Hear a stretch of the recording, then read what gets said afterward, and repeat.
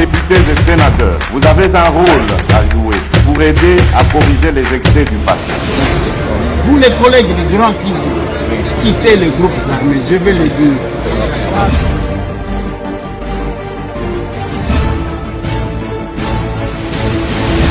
Voilà. Bonjour mesdames, bonjour messieurs, bonjour, bonsoir, ça dépend. Nous sommes en direct de quelque part. Tout ça, combien de jours? Tout ça, combien de jours? Quelques jours, hein? Toujours solo laté. Tout ça, quelques jours, toujours solo laté. On s'est dit, bah, on laisse quand même le temps. Il y a la bande comme Coca-Cola. Msusu bazo finga, msusu bazo encourager, msusu bazo seka, msusu bazo chola. Ndekuelezea yemoko wa azolo balokola mtu akwei na vélo. Allez, j'aimerais que tu échanges moi mouké pendant ce temps. Tokolobela retour ya Salomon Eska. Masolona depuis Talelo, Tokolobela investiture ya gouvernement, bien sûr. Tokolobela yango, nous allons parler à incendie Lelo. Lelo na Mugunga, Tokolobela audience oyeko salema na procès ya makambo et salemaki ya Christian Malanga. Bakangi Yibu na bureau ya président Mboso Nko ya Mpwanga. Qu'est-ce qui se passe? Voilà les quelques questions d'actualité que nous allons devoir apporter avec vous. Et puis voilà. Et puis, tout cas, Nicolo, pas trop de masolo. Est-ce que je vous ai manqué?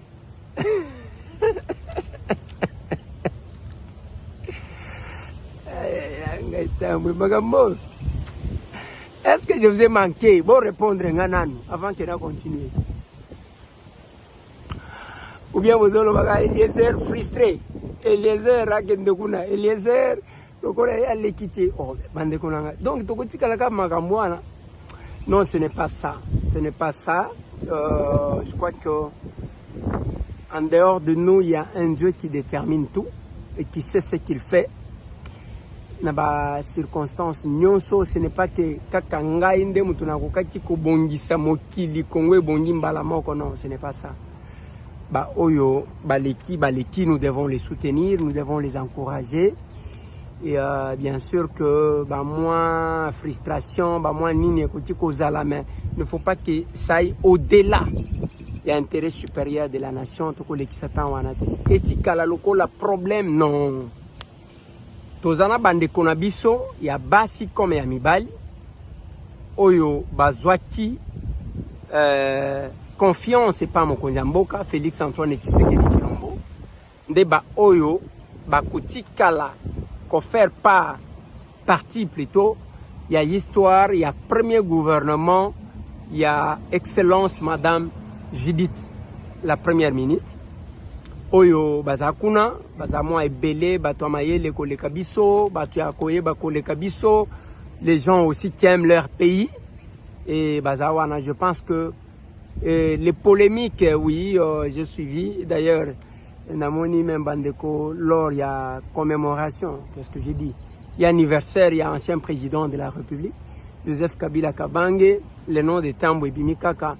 Et puis ça va moi bien parce que c'est quand même quand on parle d'un villageois, et puis ça va moi bien. Et je lui souhaite aussi un joyeux anniversaire, et sénateur à vie.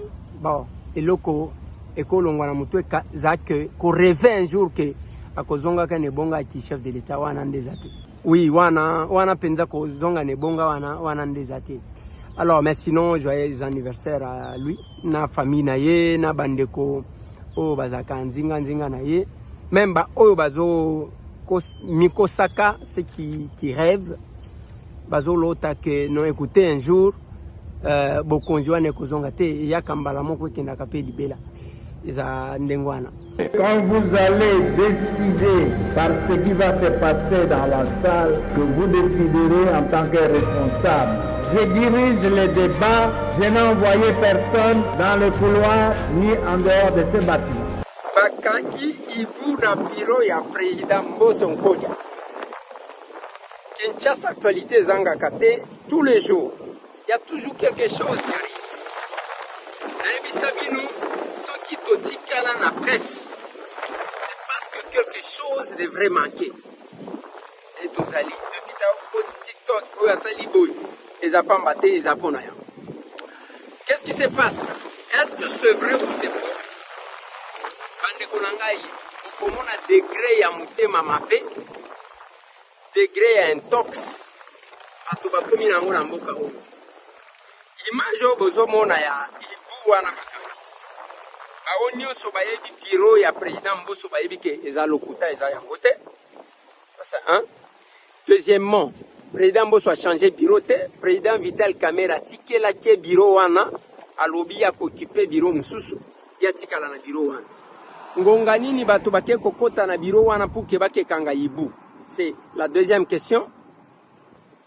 La troisième question, Ibwango, c'était à quelle occasion bakei kofouye bureau ya président Mbosso pour ke bakanga ibu? Bande konangai na lingi na préciser quelque chose là-dessus. Ibu wana eza ibu bakanga kana primature na ngonga ya Ilunga Ilukamba.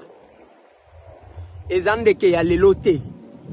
C'était à la primature, ce n'est ni à l'Assemblée nationale, ni na bureau ya président Mbosso, ni na ngonga oyo eza ibu bakangaka à son temps na tangu ya Ilunga Ilukamba qu'on a sorti, on ne sait pas. Ce qui wana eza ibu mususu me biso toyebi ibu oyo bakanga oya pembe bozomona c'était na baseri wana nde bimaka. Mais ce qui lelo batu bazana position telle que eyeko bima na bureau ya président Mbosso, bureau ya président Mbosso ango oyo a libéré te, oyo a discuté et a kotisi mutu te, oyo mutu a remplacé ye na kati ya bureau wana te. À quelle occasion ibu ayeko bima ko? Nyonso tu wana nazotalisaka bino otala degré ya mutema mabe, ya intox, ya manipulation eza na opinion. Yango bozomona bato bele balekaka na media tala mutu akovimbisa miso azosala baaffirmation lokola mutu aza détenteur ya une certaine vérité alors qu'ils a yango te. Otikanga na kende kovanda tobeta masolo oitali mboka parce qu'il fallait quand même corriger tout public pour na sekita una mona ona bien. Quand vous allez décider par ce qui va se passer dans la salle, que vous déciderez en tant que responsable. Je dirige les débats, je n'ai envoyé personne dans le couloir ni en dehors de ce bâtiment. Bande konanga na lingi to solola mwa muke. Polémique eza sur l'investiture au nom ya gouvernement ya madame Judith Soumina. Est-ce qu'il faut continuer à polémiquer?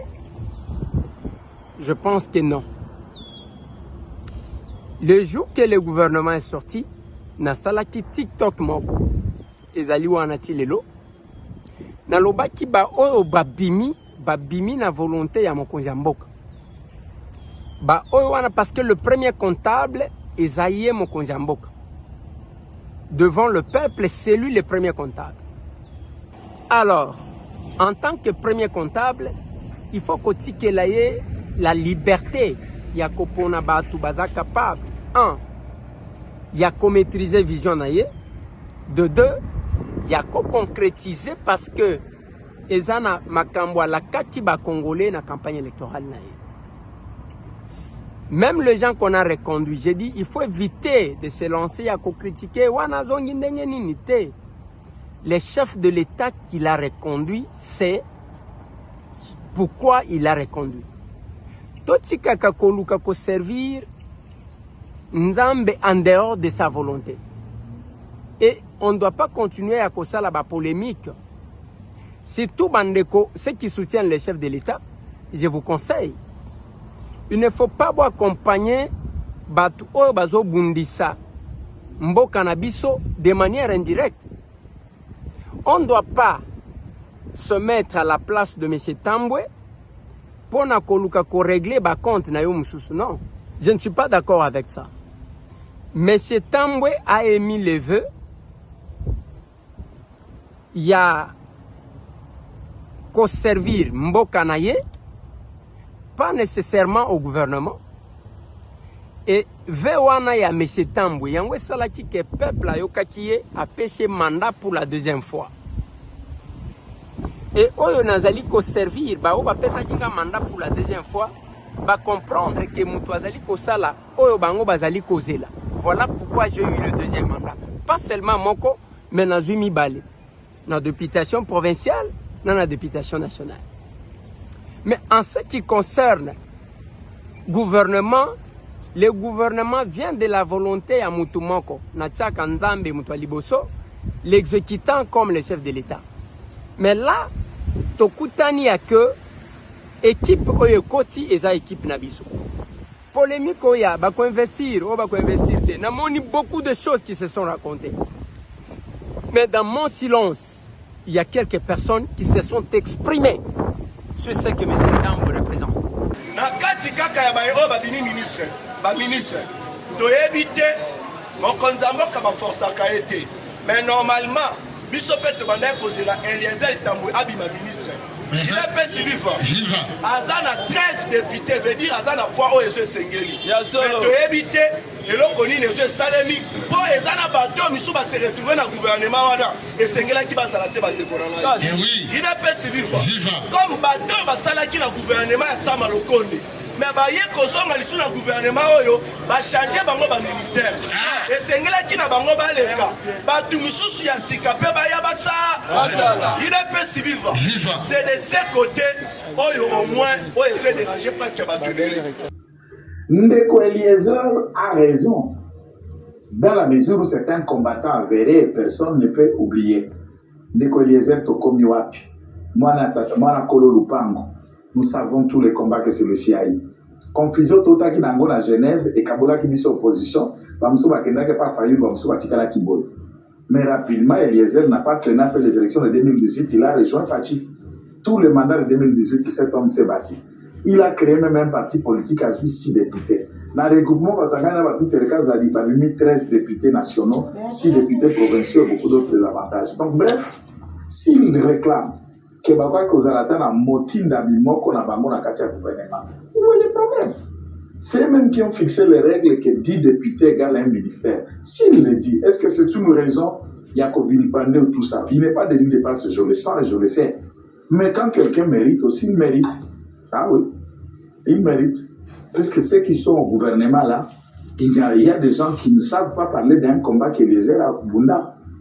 Surtout Bandi Lista Bokolba Bandi pour s'attaquer. Je ne suis pas là, mais il mérite. Autant que je mérite, autant que beaucoup d'autres méritent, autant que ceux qui sont là aussi méritent certains. Certains ne le méritent pas.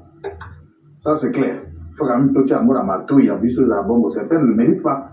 Nali kolanda mwa ba makelele et ali kosalema par-ci par-là na kombo ya honorable Eliezer Tambwe mwana ya Kolo Lupango oyo ali kokamba aser batebele bali ko publier Eliezer abimite Eliezer boye ba misusu bakomi kochola mais tozonga nanu totala sima tozonga bato bola kisanga video oyo Eliezer Tambwe alobaki eteke akokoma ministre.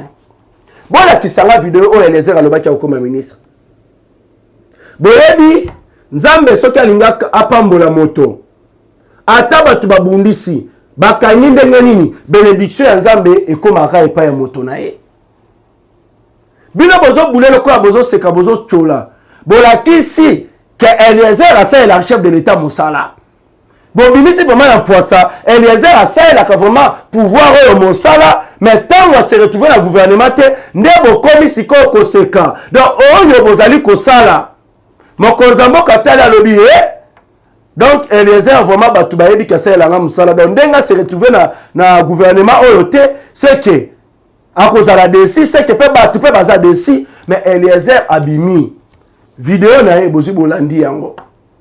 Choix ya mokonzi mboka ba changeaka te. Décision ou te pas na ye moko mokonzi mboka. Moyen a s'imposer ezate malgré azana 13 députés a poids politique. Mais moyen a télé la décision mokonzi mboka ezate. Pe alobi bien. Na gouvernement ezebimi. Biso en tant que ba député tokoluka to accompagner gouvernement oyo et ça la malamu la vision ya chef de l'état pe na félicité ba oyo babimi ba ministre. Non, na bete l'honorable Eliezer Tambwe Maboko. Soki ezalaki ba misusu. Mbele balinga basala ba vidéo ko banda kofinga ko ba n'importe quoi ko chrétien mokonzi ya mboka. Mais Eliezer Tambwe abeteli mokonzi ya mboka maboko pona ba choix asali pe alobi ako accompagner gouvernement au choix chef de l'état sali. Eliezer alobi ako accompagner bango pour que ba réussir.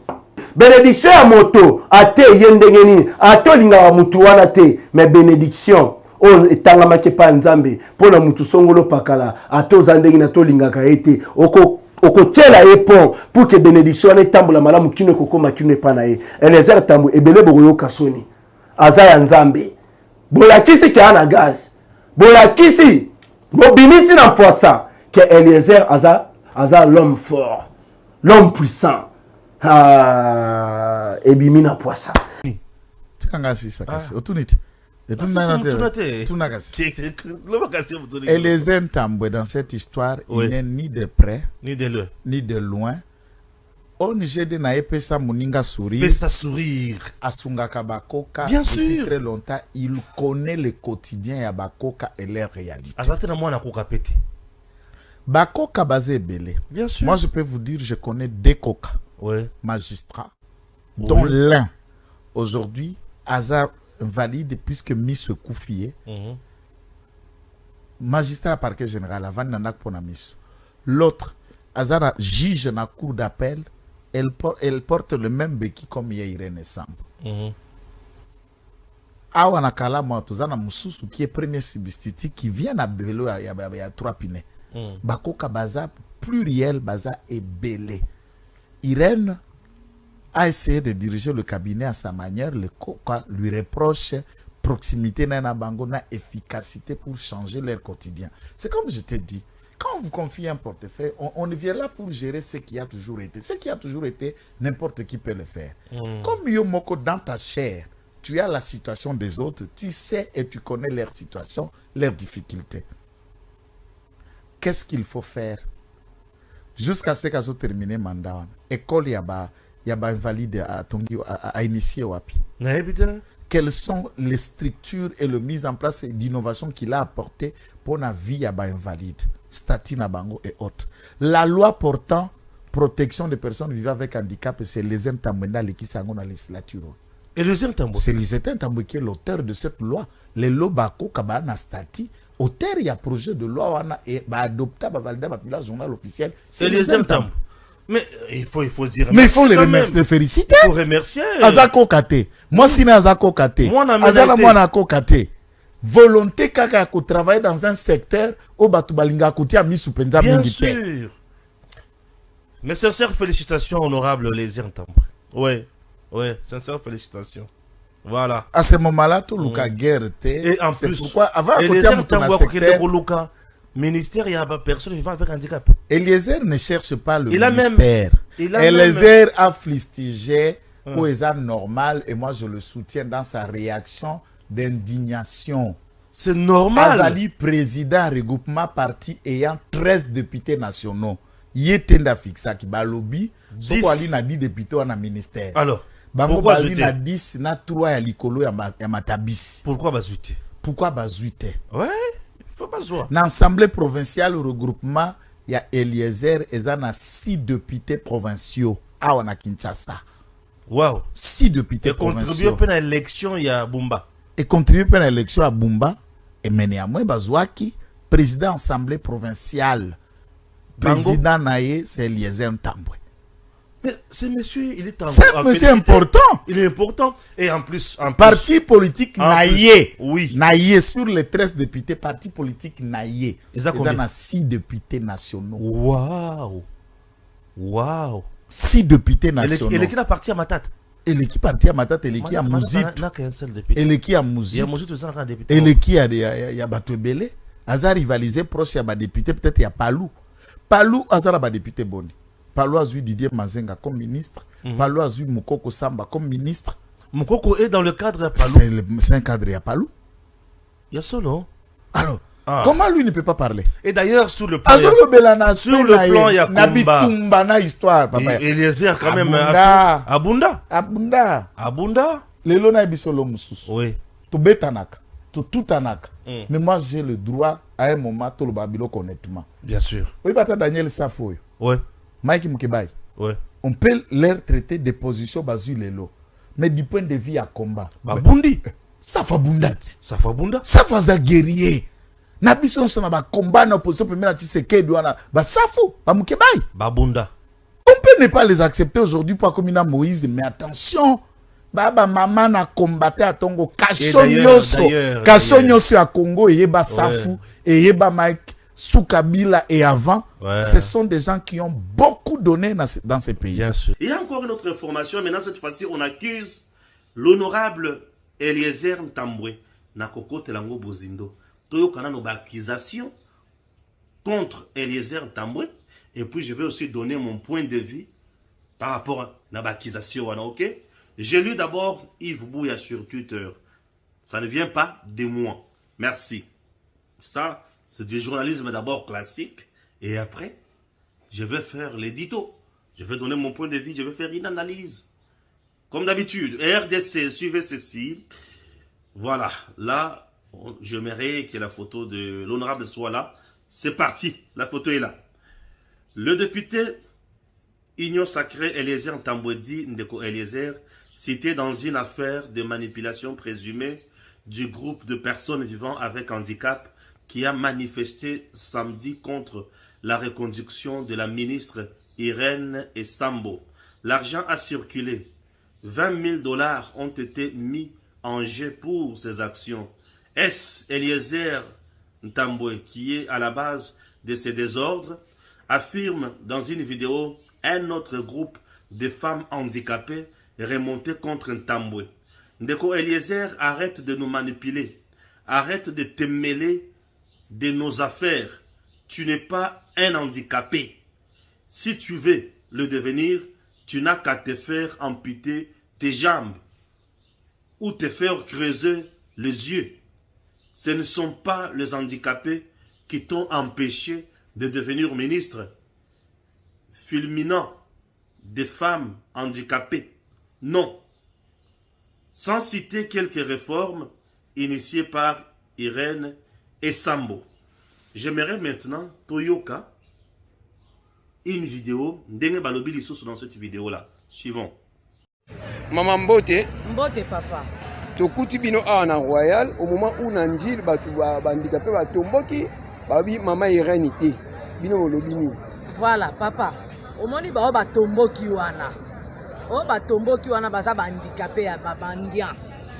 Parce que balandi likambu ya kolobate oyo balingi mama Irène te eza wana te. Balandi nde likambu Ndeko Eliezer.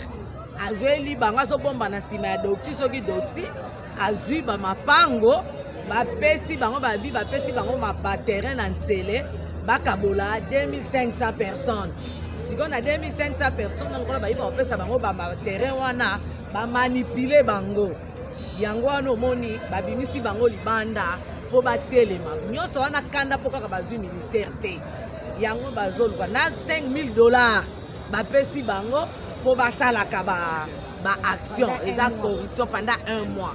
Donc on a baby bazui mapango o ba kabola ba on a pe bazui ata document mapango wana te o balobi ke ba handicapé bapesi bango 2500 bake bakabola 2500 personnes. On a bino muto acha désordre eza Ndeko Eliezer eza Ndeko Eliezer yango biso toye awa toye tolobela mokonzi ya mboka toye na liboso ya immeuble à gouvernement pour que ba yoka mungongo na biso tolingi désordre te tolingi mutu ba manipuler biso te omoni ba désordre wana banguna ya république ba ko profiter nango pour na insécurité ezo salema to bato boyi baloba ke ba handicapé bato ba sali désordre wana banguna ba ki ko profiter ba ennemi. Voilà, là c'était le dossier handicap o bazo telemela mwana mboka Eliezer Ntambwe. Eliezer Ntambwe, mon abailleur.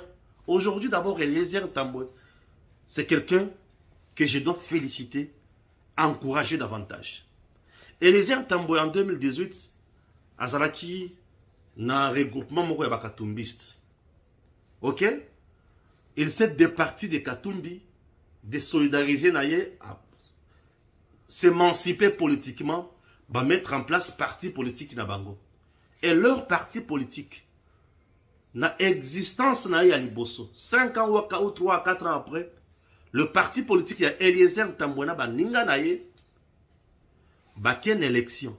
Aujourd'hui, au moment où je vous parle, ou soit un regroupement na bango, baza na une affaire, il y a 12 à 13 députés nationaux.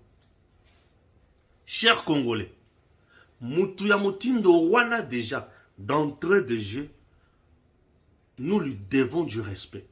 Eliezer Tambwe a besoin du respect. Il faut topper ça nos respect. J'ai dit. Dans le but que Eliezer Tambwe et Sengeli kopé ça non respect. Pour na bien batobozo koma gauche à droite. Eliezer Tambwe mérite du respect. Déjà sur le plan politique. Aza suivi c'était. Aza moi na bitin daté. Eliezer Tambwe azali patron. Azali responsable. Donc ce qui va te vendre dans le regroupement, Eliezer Tambwe est là. Bon, vendre dans le parti politique, Eliezer Tambwe est là. Et s'il y a aussi des gens qu'il faut aussi consulter et prendre en considération, Eliezer Tambwe fait partie. 12 à 13 ou 14 députés n'est pas une mince affaire. Eliezer Tambwe bazo collé dans ma cambo ya handicapé. Je sais, pesa moninga sourire, et ali marque de déposer à Eliezer Tambwe. Et souvent il le faisait avec les handicapés. Oui, souvent il le faisait avec les handicapés ou soit certains partenaires na les sous. Bande konanga balanti. Déjà à ce niveau-là, Eliezer Tambwe c'est un Congolais où il faut qu'on félicite. A 8 millions il y a l'état. Mais à Pessi Baninga sourire. À Sungi Bango. Eliezer Tambwe en 2018 a battu Martin Fayoulou à Lukunga. Il était le meilleur élu en 2018. Je vous dis, Eliezer Tambwe en 2018 était le meilleur élu. Il a battu Martin Fayoulou à Lukunga.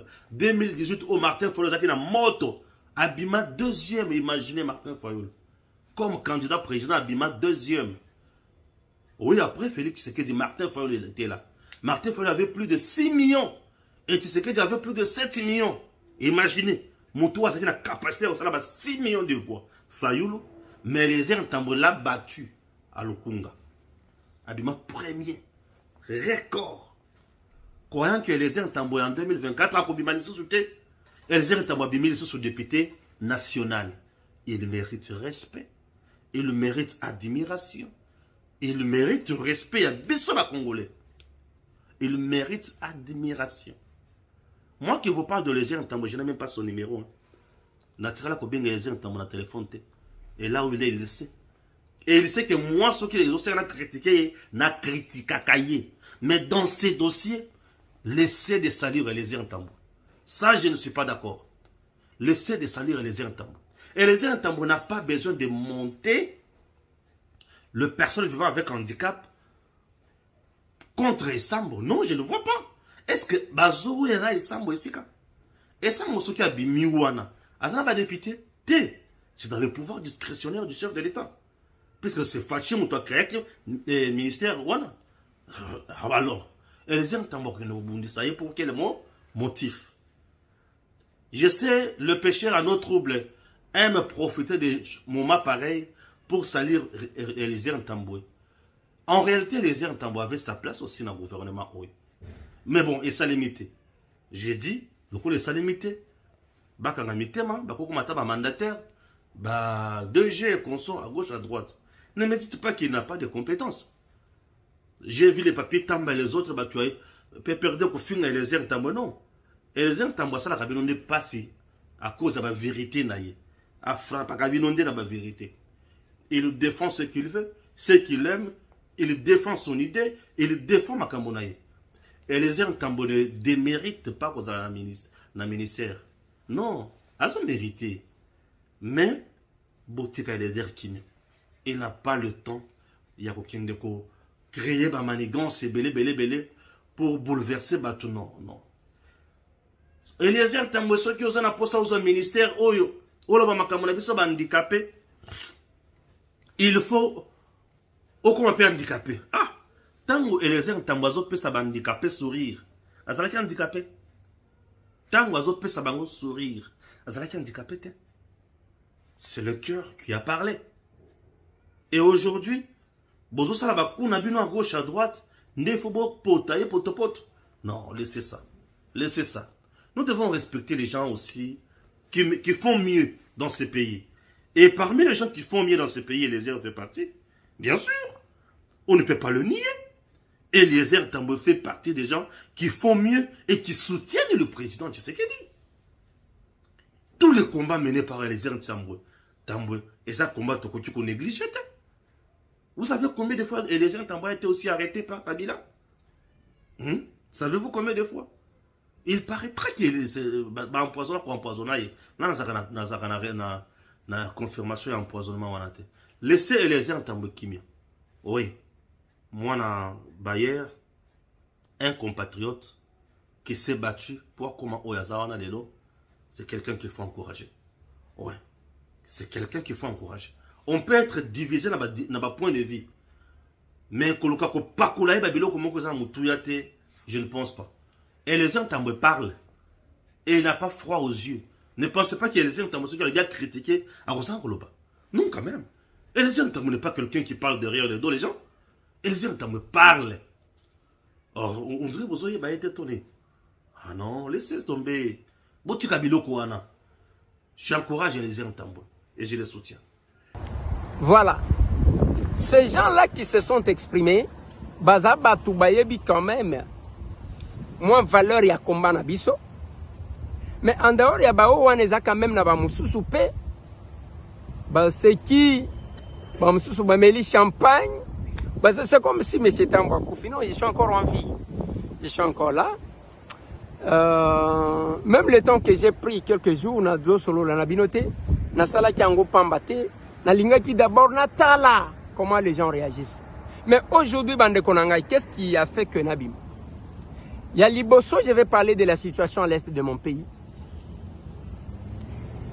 Je dois saluer les efforts, bravoure, ya Mampinga Nabiso, qui sont en train de bien se battre, qui sont en train de bien défendre la patrie, qui sont en train, dans des conditions difficiles, Bazaliko Bunda Ponako Tombo la Bendeli.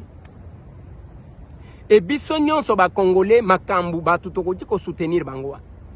Et je l'ai dit, tala batu ba partage. Ceux qui ba moni, na mona qui ba partager, ne komoko na yeko yoka ke, ils avaient ça salaki. Oui, colonel Moko, Oyo, akoya ki balobi, à l'angwe de Pitongo, na simatoye koyoka ke, eza AVC mutozwa kiye. Alors, eza na batu ba partage kabilo kwa ndengo anapona ko diminuer mboka na bango, ko diminuer police na bango, ko diminuer armée na bango. Dès que bamoni un militaire peut-être ivre plutôt, azo sala sokinini mbala moko. Ba partager tala bazo le lanzala. Mais tant que bazo mona un militaire azo kabolelo kwa zanango. Un militaire azo sala ba entraînement ya makasi wana ba partage akate. Bande konangai. Moi tambo je ne suis pas militaire. Je suis un acteur politique. Je suis journaliste. Je suis criminologue. Mais nakoti ko sala oyo soda zo salate. Tout comme soda pas ko sala unga na zo salate. Le Congo que nous rêvons, c'est un Congo où chacun soutient l'autre dans son secteur. Pas chercher à faire tous, tout le monde, balingi basa le loko moko moko. Non, non. Tout le monde a Congo, il y a complémentarité. Congo, il y a que soda na bino, mampinga na bino, bazo bunda, dengo zoyo kake, bazo mata, bazo récupéraka, bazo bete la bango maboko. Partagez le bien de votre pays. Partagez bolamu ya mboka na yo. Kokanisa te que quand vie bamboka ninga basi babongisa nde yango non. Kokangisa ba monima, ba photo na ba monima ya bakoko ya bato eza malamu. Mais ça la pe que bato ba ya kokangise pa na yo. Il ne faut pas pa na yo ba ye eza bazo mona bazo kanga pona koseka ezo bima lokola ba makako. Non eza malamu te. Et nous à l'action commune pour la République, je salue les capables. Bokomona na suka awa, ce qu'a été l'échange patriotique de ces samedis. C'est encore plein C'est encore plein. Et ce samedi, vous allez encore vivre ça. Alors, Kobongi Sambo Cannabis, c'est notre obligation. Obligation Yangai, obligation Yayo, comme on a quand M. Tambouete, ni mon ayope, tala que Ngai moko pe nazo sala nini. Soti ba paya ba yena mbo Cannabiso, ba kokanga photo wapi. Ba kotele ma wapi. Wapi na ko faire visiter man. Oui, ok na France, ok mangu na Tour Eiffel. Ok boye na monument de la liberté aux États-Unis. Ok boye za malamu. Mais mbo Cannabiso bande konabiso, bande konangai, je vous assure, biso kaneto. Et ça va polémique, na gouvernement Soumino. Ce sont des Congolais. Moi, je ne suis pas plus Congolais que Bango. Les lots, nous sommes contents parce que tout le monde y retourne. Il y a Ndekonabiso, Salomon Eska, qui est revenu en parfaite santé, l'honorable sénateur, aye, Pona Kosala, Moussala Naye, qui sénateur, Kokelamibe, Konabiso ensemble, Biso l'Assemblée nationale. C'est le Congo que nous avons besoin. Et non, Congo ya mutu akimika kakia batami kunate bazo bengana ngai bazo sala te. Tika politique à lokuta. Mboka na yo, il n'y a pas de menace contre les individus. Ezana chasse à l'homme te na mboka oyo. Mais soki ya yo ba frustration memi yo libanda, vanda na yo, vanda calme. Tika koko c'est la mboka parce que le lot honorable Salomon Eska procès na ye makamuna ye na no silite. Mais akeya kendaki maladi tango amoni ka kotiko ya zongi bayambie et monani pensa que il y a au moins une liberté et il y a une séparation à pouvoir. Wana c'est ce que nous devons dire.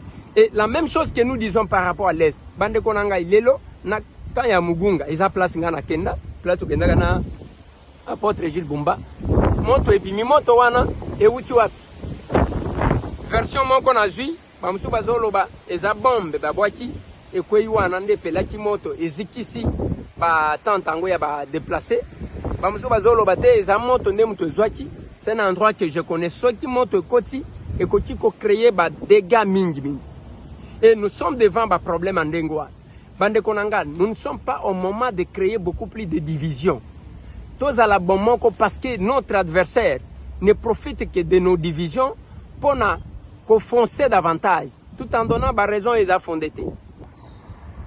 Parce que je suivais une vidéo wana bazotalisa mais yo loba yo uchi wapi o ngana zaki soki major ngana zaki soki colonel wana basoda bakendaki kuna tolongwe na FRDC likolo ya discrimination tribalisme mais na kati wana bazoloba ça fait plus de 20 ans. Alors moi j'ai compris une chose, j'ai compris que ce que ce gens-là reprocheraient entre guillemets, ça ne commence pas d'aujourd'hui, mais vous n'allez pas trahir votre pays pour autant. Nous devons éviter de faire la politique de frustration. Mais c'est temps que je suis, j'ai dit aux capables, ce n'est pas pour des postes de nomination que nous nous sommes engagés. Et tout ce que j'ai fait, la défense de ma patrie, ce n'est pas parce que j'attendais mais c'est temps de commencer ce combat avant que Félix Antoine Tshisekedi ne soit président de la République.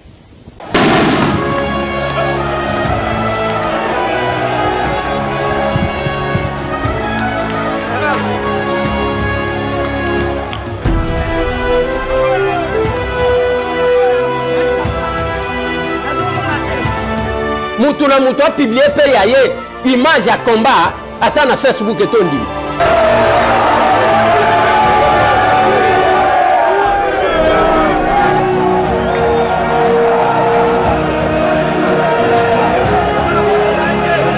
Obimisa ba vidéo.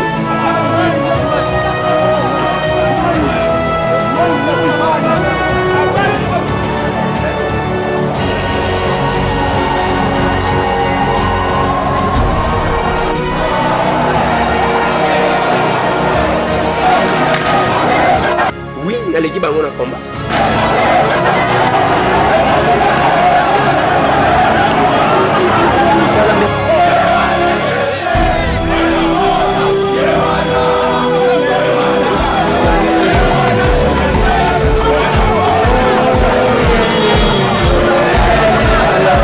Je défendrai les valeurs de notre combat.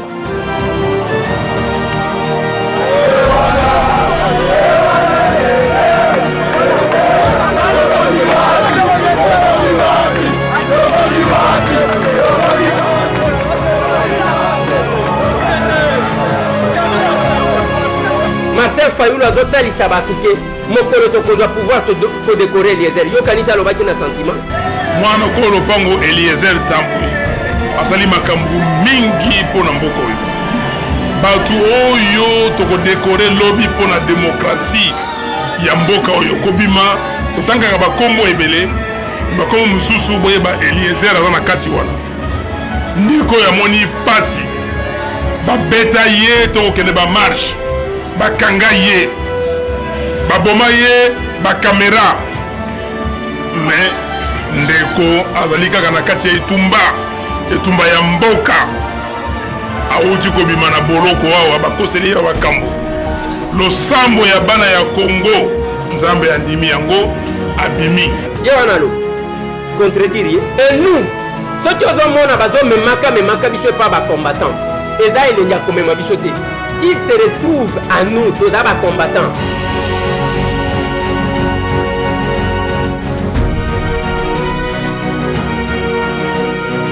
Moi, j'ai rencontré les chefs de l'État dans les combats. C'est pourquoi toutes mes photos avec Félix Antoine Tshisekedi Tshilombo, ce n'est pas dans des salons UP, c'est sur terrain. Et moi, Namboka Félix, réaction à chaud par rapport à l'événement et à Sigoyo. Non, réaction ezali ya kanda évidemment. Na uti koyoka ke babeti ndeko moko masasi awa aza na bomoni bon il y a que la colère nalingi koloba mingi te je préfère me taire parce que na ba circonstances aboyé on a souvent manqué de contrôle alors nalingi te.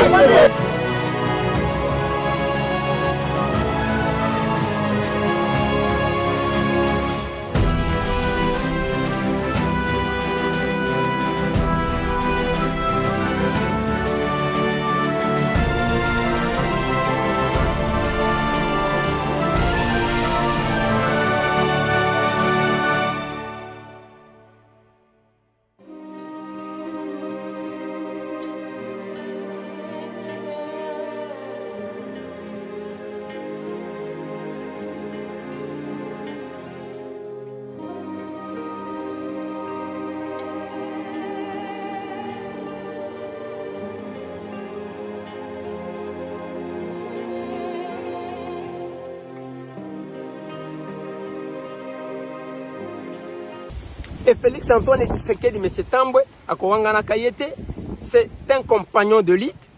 Je le dis encore, c'est l'aboutissement de notre combat. Il est là. Je ne traverserai pas. Eliezer dans les couloirs, il y a Martin. Ba frustration, Eliezer a saliboé. Eliezer a rejoindre Nanga. C'est tout ce qui reste maintenant à dire. Vous ne me connaissez pas.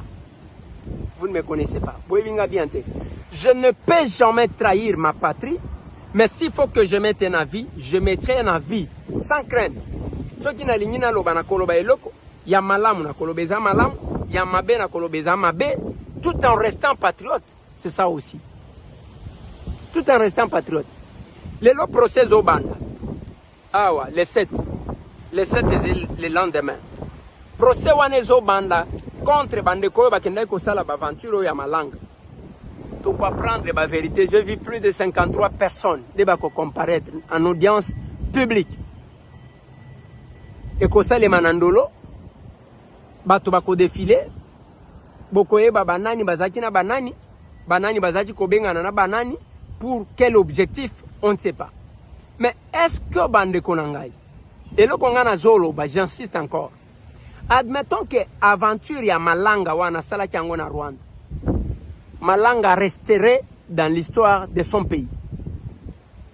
Mais le kola ezabilo komoko asali, on ne comprend pas ayekuna nzamba za malamu. Qui soda na yembo, je n'ai jamais été militaire, mais finalement Azachi Kolukanini, qu'est-ce qu'il lui revendique ou qu'est-ce qu'il lui revendiquait? Qu'est-ce qu'il voulait avoir? Oh, Tshisekedi finish. Mais Tshisekedi finish, yemoko sikonde finish. Ça pose problème. Bande Konangai, si nous invitons les gens à venir à la serre, c'est parce que je me dis, Nazo yebate combien de partis bate à Kamakambo. Tant Olandi de Konangai, Joël Kiten, Olandi Stéphane, Olandi Lekinangai, Abdoul, tous ces gens-là, quand ils parlent, ils savent pourquoi ils parlent. Ça m'a étonné. Ça m'a étonné quand même. J'ai appris que bazo accuser nga ki nga nazo tinda ba handicapé parce que nazana posa ya ministère. Ngaitambwe magambo ke nazana posa ministère yango nazana ngo posa eza ministère délégué. Ça pose problème, non? Ça pose problème parce que même s'il faut nous voir partout, ça pose problème. Parce que quand on est membre du gouvernement, tokutana ki na premier ministre, même ambition na biso to manifestaki, c'est entre les mains il y a premier ministre.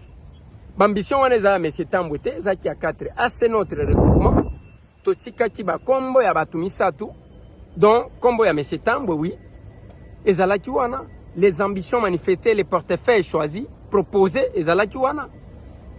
Alors, mais quand on revient, monsieur Tambwe Sali, yango bomoni bandeko baye ko répondre bango parce que finalement eloko babenga acharnement de yango. Acharnement de yango. Mais je vois même les personnes vivant avec handicap qu'on utilise et maman nanga wana ceux qui mis ça, ceux qui 4, c'est quand même compliqué. Mais je ne suis pas dans ça, je ne peux aussi en vouloir à qui que ce soit, mais j'estime que notre pays biso moko ne tokotonga yango. Yango même par rapport à investiture à gouvernement. Ba polémique ba mususu pétition za kuno. Bande kwa maniema na zomo na qu'ils sont sur la voie de récupérer, je ne sais pas, le ministère na relation avec le parlement, peut-être que babo sana ki angopé pona intérêt na bango. Mais ba mususu ba lobi te to ko investir te, mais pourquoi on ne va pas investir? To tika gouvernement. To investir gouvernement. Ba oyo ba ponaki bango.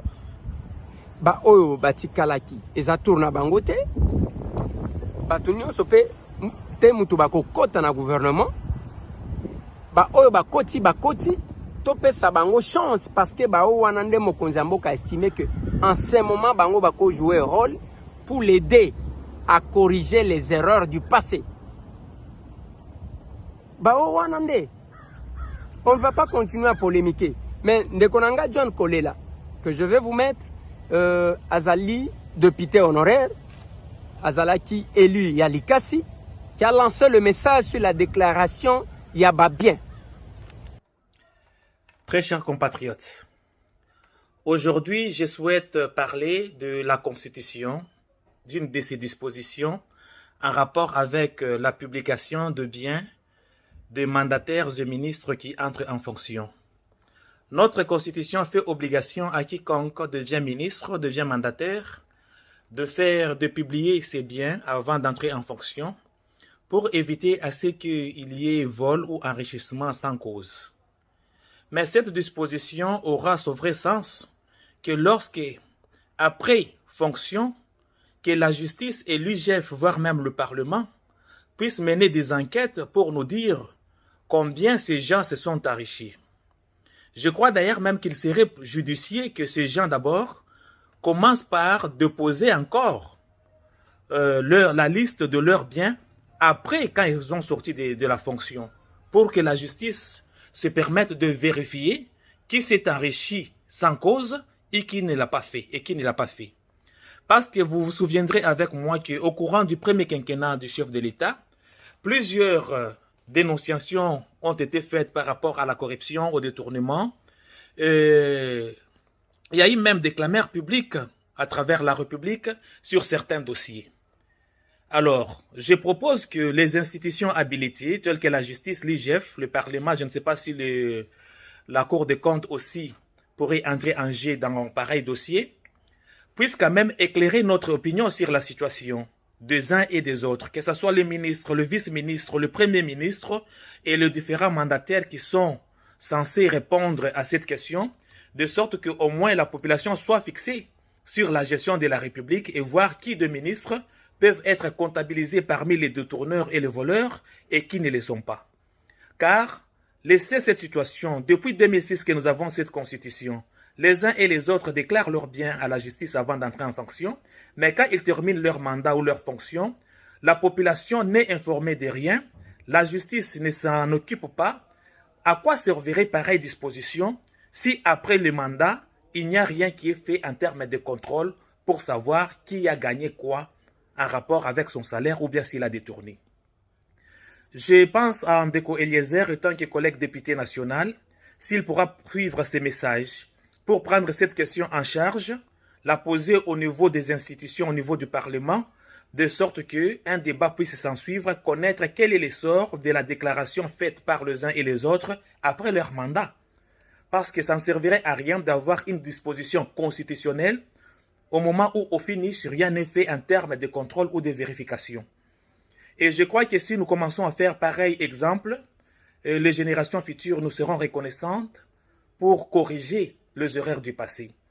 Alors, je sensibilise les uns et les autres de s'approprier cette question, de faire en sorte que, au moins, les institutions habilitées puissent nous donner les réponses que nous tous nous sommes en train de nous poser. Depuis le contrat, le projet plutôt 100 jours, il y a eu plusieurs autres qui se sont succédés. Plusieurs ministres ont été cités, avec ou sans raison, dans plusieurs dossiers pour parler des détournements. Il y a eu plusieurs dossiers au courant des 5 années dernières. Même dans le passé, il y en a aussi.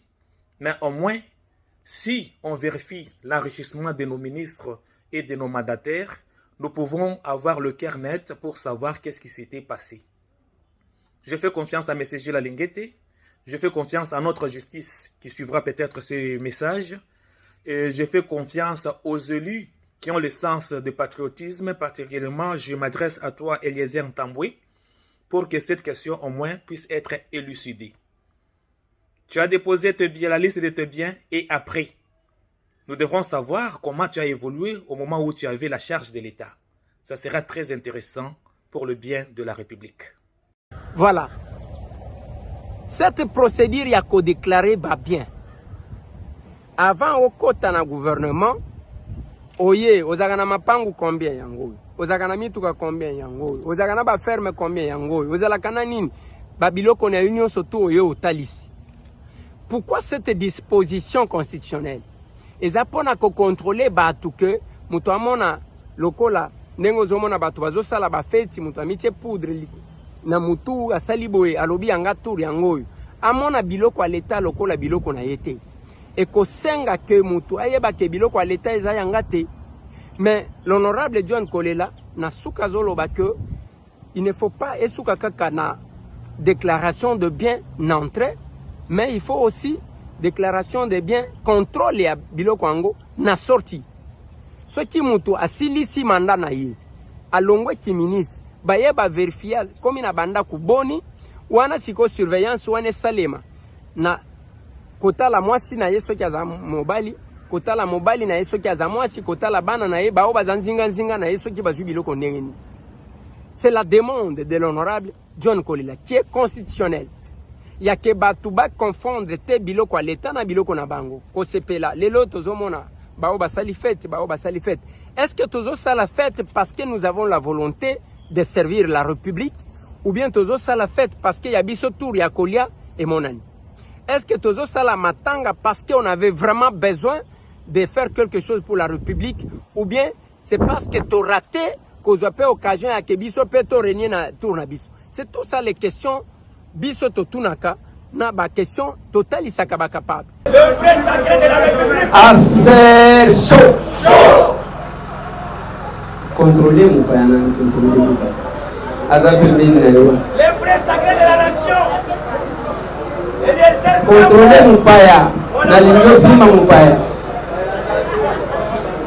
Assez chaud. Chaud. Oui, nous sommes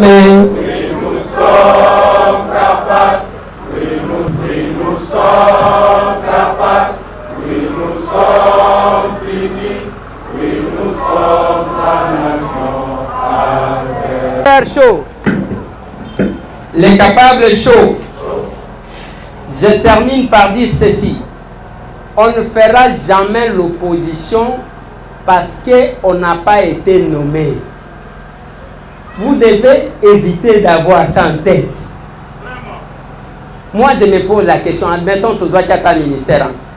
Donc, tous les capables restent, au cabinet, c'est ça? Nous défendons la patrie. Nous défendons le pays. Rien n'est totalement perdu. Ou bien vous avez battu. Vous pensez que Bino a cercané vos abonnés. Dans ces pays, on peut vous ignorer totalement. C'est ce que vous pensez? Ou bien vous avez battu? Bref, il n'y a rien de grave. Tu veux gagner malam? Est-ce que le problème à Matanga est Zawan? Allez,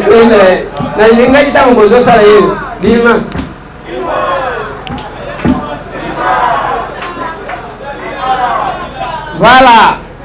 Donc c'est ça ce qui s'est passé. Vous devez savoir que toute chose concourt au bien de ceux qui aiment Dieu.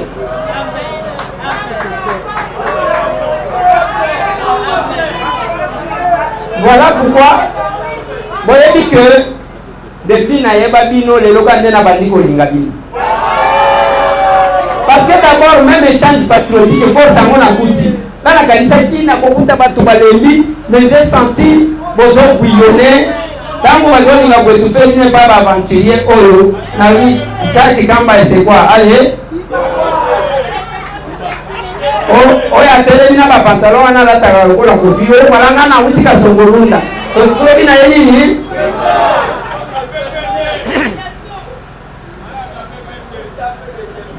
entre les dirigeants n'est pas capable de banani bazara lokuta. Ah, donc nangana kati. Petit, il faut que bah, nous ne pouvons pas profiter. Voilà, on a fini pour aujourd'hui. Nous avons débordé selon votre volonté. Ne vous découragez pas. N'écoutez jamais ce que les gens disent. Restez focus sur notre objectif. Et je vous assure que les bonnes choses arrivent.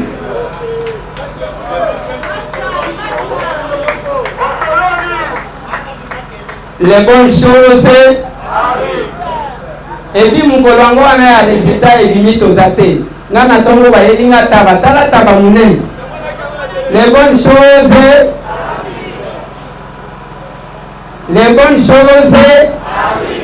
Alors, continuez à parler à ça, continuez à sensibiliser, parce que tout le monde peut péter. Les arrêtés.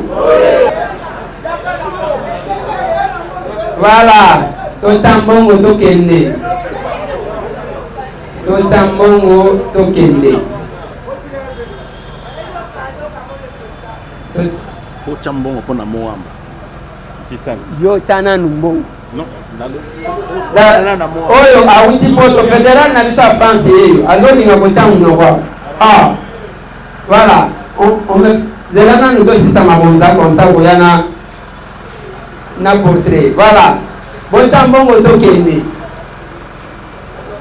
Awa ndenge koswa bato bisusu na cité. Bakanisa ki bakolembisa bino batala koleboza kaka bakapable eza bote.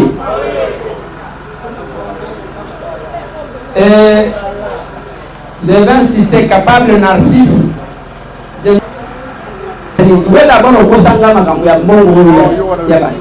Bakanisaki après élection bato bako panzana bazo mona kaka plein. Oh ce qui ba nommé te bato ba moni samedi oyo bato kutu babandi koya ce qui ba 6 heures avant ba heure bato ba. Ça c'est la serre. Parce que c'est un parti oyo a fondé na mabanga ezana zelote. Yango bomona ka parti batiaka mbongo, parti oyo bafutela bato ba transporter. Pona mutu mususu organiser manifestation, il faut somba bato, il faut louer ba bis, il faut payer bato ba transport. Tel n'est pas le cas à l'Action commune pour la République. Voilà pourquoi nous vous invitons. Voilà pourquoi nous vous invitons. Et nous insistons na affaire ezakobali sa molimo na yo na mabele. Le patriotisme c'est notre soubassement. C'est notre fondation. Bande konangai bako sabinoté. Mais le danger qui est en face de nous, menace autozanango contre Rwanda, ndeya makasi. Mais entre nous, tozala unis. Ba o ba nommé bango. Ba o chef de l'État pesi confiance à saleli bango confiance, to soutenir bango. Mutu soki ozana posa ya kozwa bokonzi. Nzela ya élection de nzela malamu. babiloko wana kokende ko comploter na banguna eza malamu te pour la frustration na yo moko ko embarquer tout le monde te. Ceux qui yo se retrouvé te, il y a un autre Congolais qui s'est retrouvé. La question de M. Tambwe se pose. Pourquoi de tout le monde on ne parle que de M. Tambwe? Je suis patriote, je le resterai. Voilà, bande konanga ibotika la branché, c'était moi, ma solo na député à Lelo.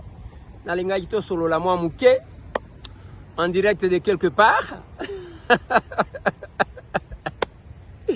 En direct de quelque part. Tous en a compte sur TikTok. Oh, vous s'abonner. On parle Congo ici. Si on parle RDC, les villageois de la République. Allez, voilà, vous s'abonner. Nande Eliezer Tokoko Masoki. Oligno la nakabilo quoi bien. Émission à Kolanda na Paya. Émission à Kolanda na Babokilo na Bana. Ezalia. Le rendez-vous. Ezalia. Mais sinon, nous sommes là. Botika la branché, surtout sur votre chaîne. Nous défendrons la République. C'est votre pays. Bangelote Moutouako Bongisango. Bisomo Kande Photo. Allez, Botika la branché. Sur Tokomi Wapi Télévision, Nandeko Eliezer Tokokoma. C'est notre monnaie. Nous sommes là.